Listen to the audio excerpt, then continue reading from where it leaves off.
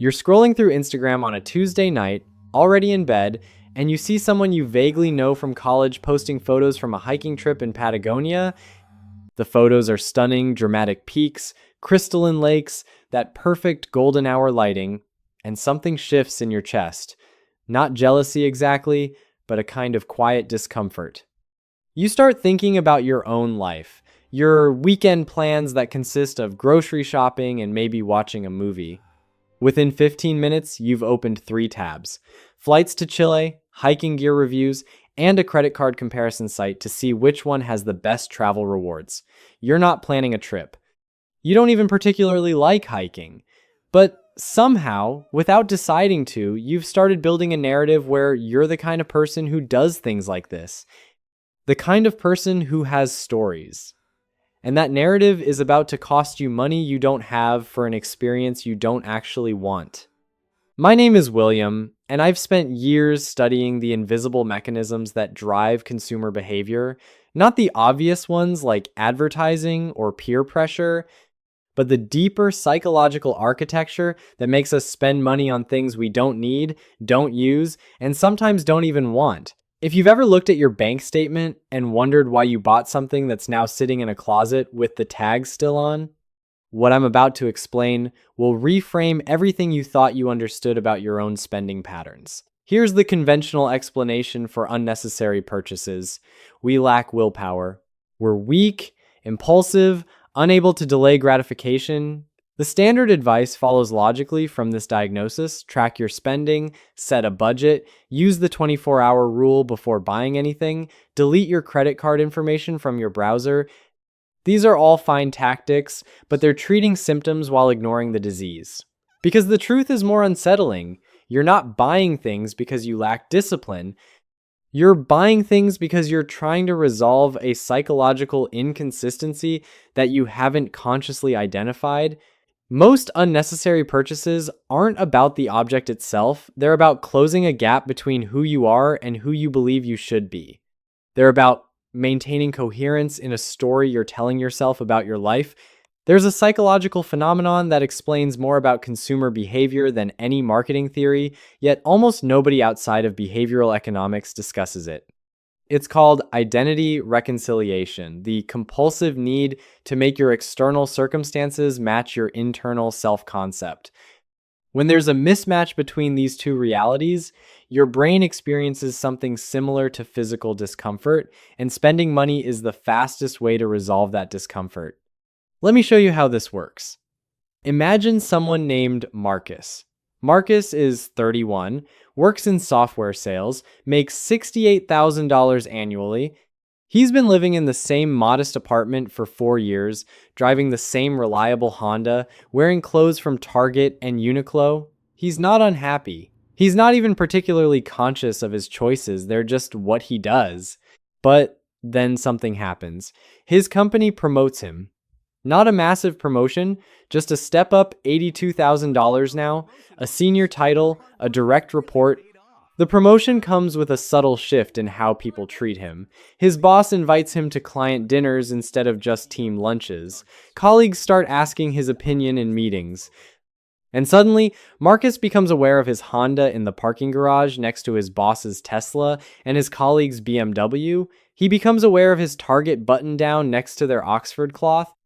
He's not consciously thinking, I need to upgrade, that would be too obvious. Instead, he's feeling a vague dissonance, a quiet sense that something is slightly off. He starts to notice that the person he is Honda driving, Target wearing Marcus doesn't match the person he's supposed to be at this career level. Here's where it gets expensive. Marcus doesn't go out and buy a Tesla. He's too financially cautious for that, but he does start researching professional attire. He convinces himself this is practical, an investment in his career. He buys 3 shirts from Brooks Brothers, $95 each. He buys a leather belt for $85. Quality pieces, he tells himself, worth it. The shirts arrive, they feel good, they fit well, they hang in his closet next to his Target shirts, and the contrast is visceral. The new shirts have weight and structure. The old ones suddenly look flimsy, almost childish. Within a week, he can't bring himself to wear the old shirts to work anymore. They feel wrong now. He buys 4 more Brooks Brothers shirts, plus 2 from Bonobos. He's now spent $950 on shirts. But he's not done, because now when he puts on these shirts, he notices his shoes. His shoes are comfortable, broken in, practical, and they're from DSW, $60 pairs he's had for 2 years. Next to the $95 shirts, they look cheap. They create the same dissonance the Target shirts used to create. So he buys Allen Edmonds shoes, $385, 2 pairs because one is brown and one is black, and you need both. The shoes look great, but now when he looks in the mirror fully dressed, his watch catches his eye. It's a $40 Timex, perfectly functional, keeps time accurately, but against the Brooks Brothers shirt and the Allen Edmonds shoes, it looks like a child's toy. It creates dissonance. He researches professional watches for men. He learns about brands he'd never heard of, Tissot, Hamilton, Longines. He spends $1,200 on a watch that, functionally, does exactly what the Timex did. 3 months after his promotion, Marcus has spent $3,305 on wardrobe items. He didn't plan any of this. He didn't wake up one day and decide to spend $3,305. Each purchase felt justified in isolation. But together, they represent something else entirely. A psychological chain reaction triggered by a single identity shift. The promotion changed his self-concept. The new self-concept demanded external validation. Each new purchase created a new baseline that made everything else look inadequate. This is what I call the coherence trap. It's not that Marcus is weak-willed or materialistic. It's that human beings have a deeply wired need for their external reality to match their internal narrative. When there's misalignment, we experience psychological tension.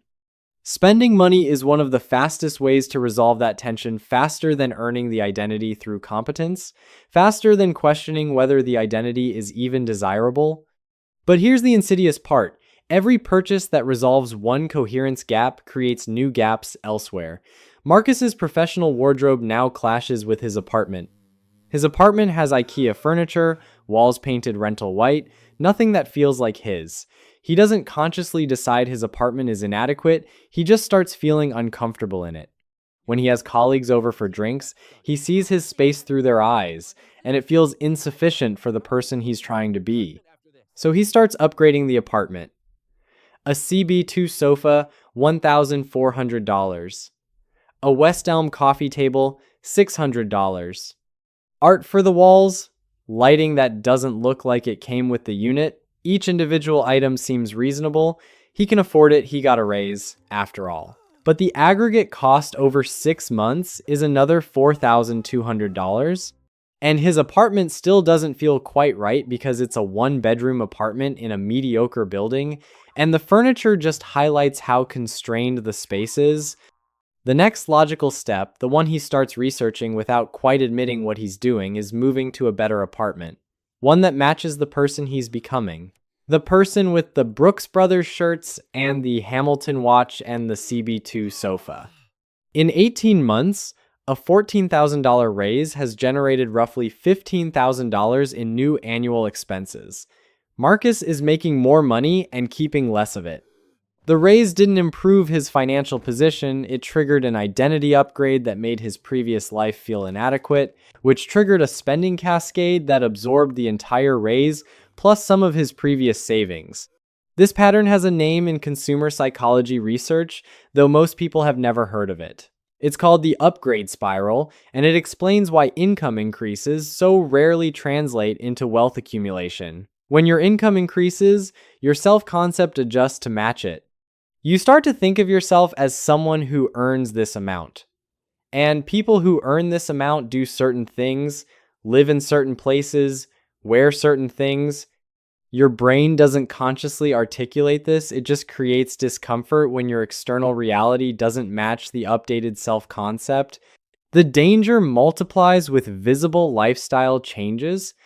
When Marcus eventually moves to the better apartment, $2,400 monthly instead of $1,600, he's now living in a building where his neighbors drive Audis and BMWs. His Honda, which was perfectly fine in his old building, now creates daily dissonance. Every morning in the parking garage, Every time he sees his car next to his neighbor's car, his brain registers the mismatch. The car doesn't fit the building doesn't fit the car. Something needs to change. If Marcus follows this pattern, he'll end up financing a car he doesn't need at a payment that consumes the remainder of his raise to resolve a dissonance that didn't exist until he moved into the building that he moved into, to resolve the dissonance created by the wardrobe he bought to match the promotion. It's a perfectly closed loop where each decision logically follows from the previous one, yet the aggregate result is financial stagnation despite income growth. Let me show you the mathematics of this trap, because seeing the numbers makes it visceral. Marcus's raise: $14,000 annually, roughly $9,800 after taxes. That's $817 monthly in additional take-home income. New wardrobe costs over the first year: $3,305 or $275 monthly amortized. New apartment cost: $800 monthly increase. New furniture and decor in year 1, $4,200 or $350 monthly.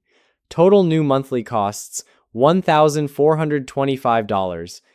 His $817 monthly raise has generated $1,425 in new monthly expenses. He's $608 monthly worse off than before the promotion, but it doesn't feel worse. It feels like progress. He's living in a nicer place, wearing better clothes, driving a better car eventually. From the outside, his life looks more successful. From the inside, it feels more legitimate, like he's finally become the person he was supposed to be. The psychological payoff is real. The problem is that the financial cost makes him more fragile, not less. He's earning more and has less margin for error. Here's the invisible threshold that changes everything. The point where you separate self-worth from external validation. This isn't about becoming ascetic or rejecting all material comfort. It's about recognizing that the upgrade spiral is infinite. There's no level of consumption where the dissonance finally resolves and you feel complete. The person earning $80,000 feels inadequate compared to the person earning $200,000. The person earning $200,000 feels inadequate compared to the person earning $500,000. The mechanism is identical at every income level. The threshold is reached when you consciously decide which identity you're going to inhabit, and then you stop allowing external reference points to shift it. You define the baseline yourself instead of letting it be defined by your income level, your job title, or your reference group. This requires something that sounds simple but is psychologically demanding. You have to be willing to experience the dissonance without resolving it through spending. Let me show you what this looks like. Marcus becomes aware of the pattern. He recognizes that his $95 shirts didn't make him better at his job. They just resolved his psychological discomfort about his Target shirts. He realizes the discomfort was manufactured by the promotion changing his reference group, not by any objective inadequacy of the Target shirts. So he makes a conscious decision. He's going to keep driving his Honda, not because he can't afford a nicer car, but because he's choosing not to participate in the coherence trap. This decision feels uncomfortable at first. Every morning in the parking garage, his brain still registers the mismatch between his car and his building. But instead of resolving the dissonance by buying a different car, he sits with it. He lets it be uncomfortable.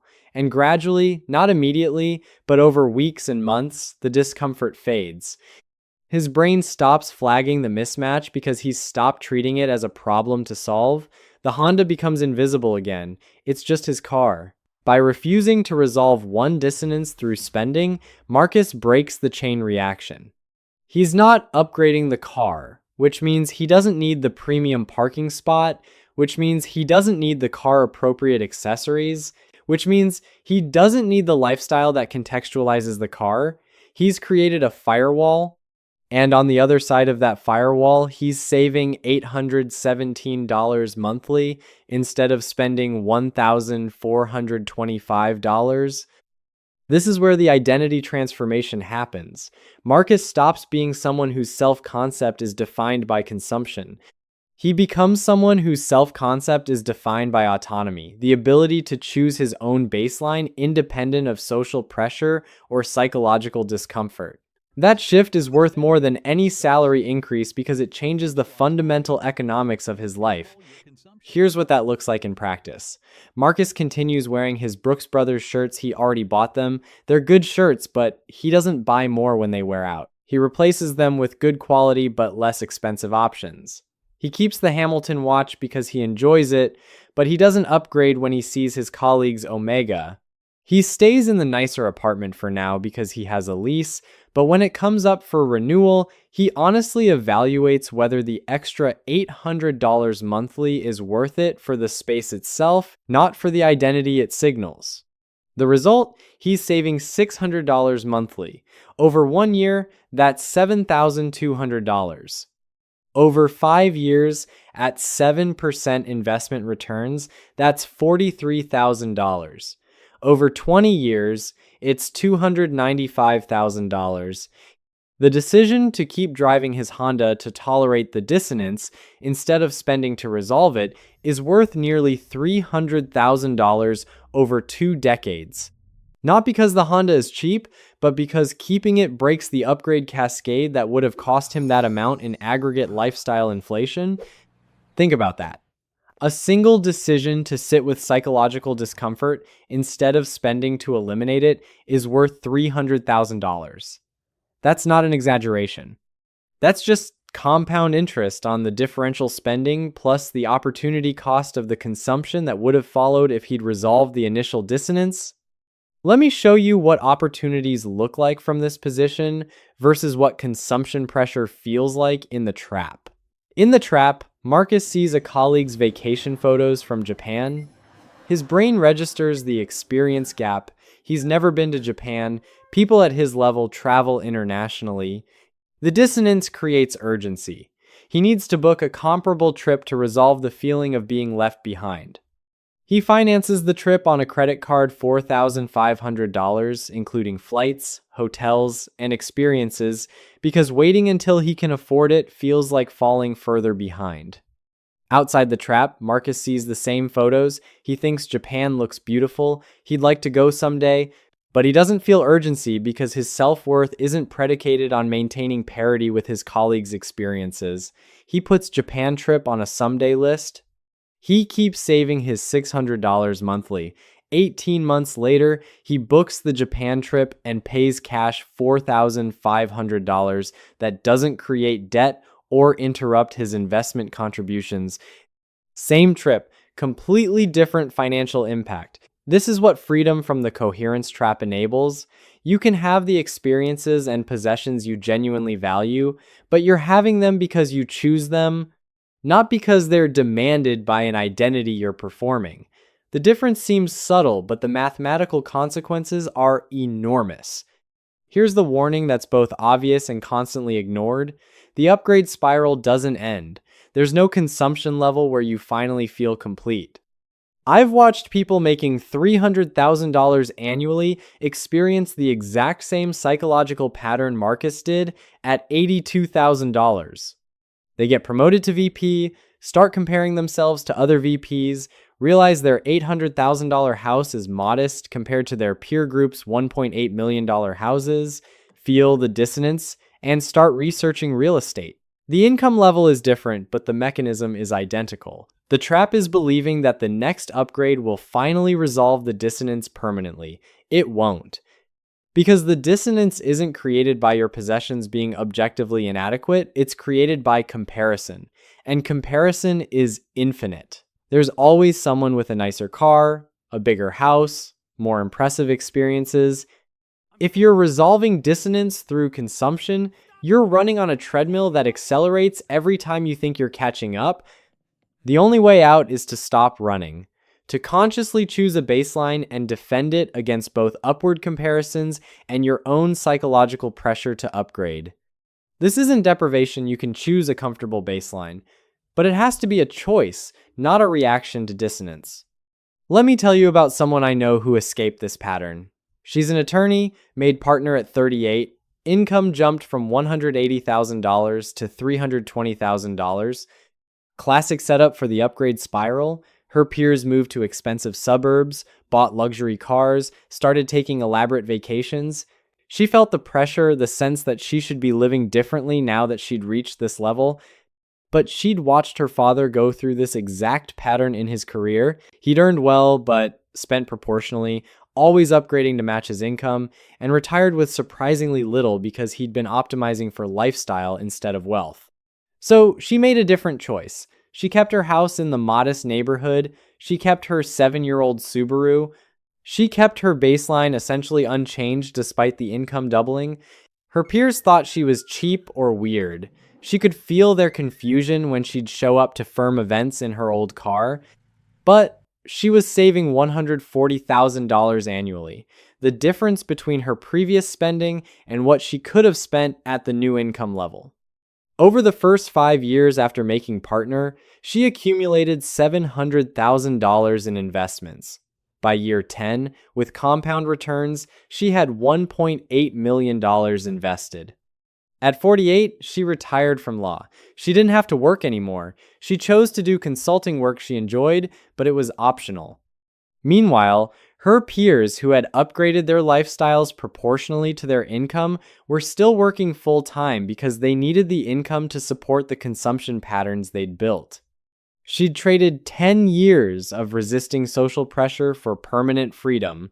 They'd traded status signaling for permanent dependence on continued high income. If you internalize nothing else, understand this. Every unnecessary purchase is a trade. You're not trading money for an object, you're trading future freedom for present identity validation.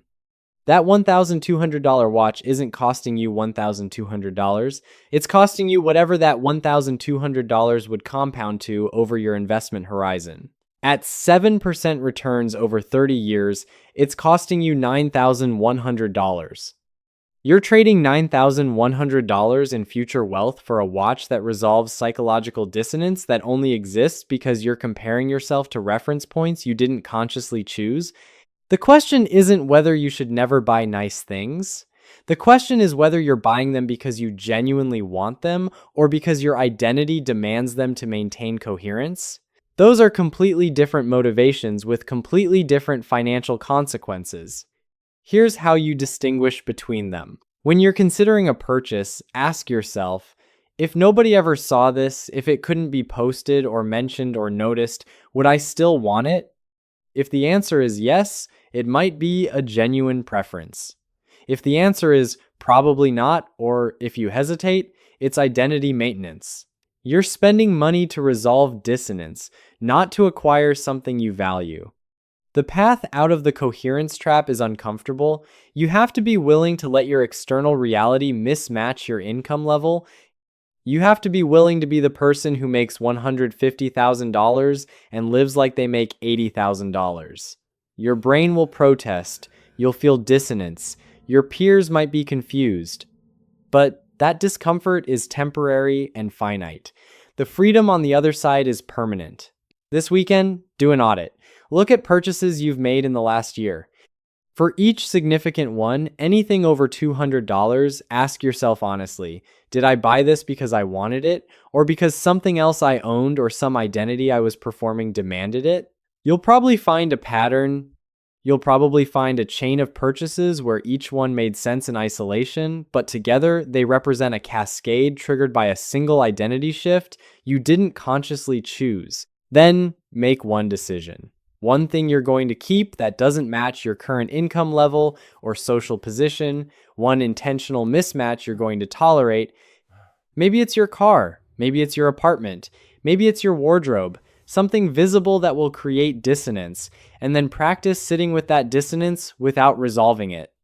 That single practice, tolerating psychological discomfort instead of spending to eliminate it, is worth more than any investment strategy I could teach you.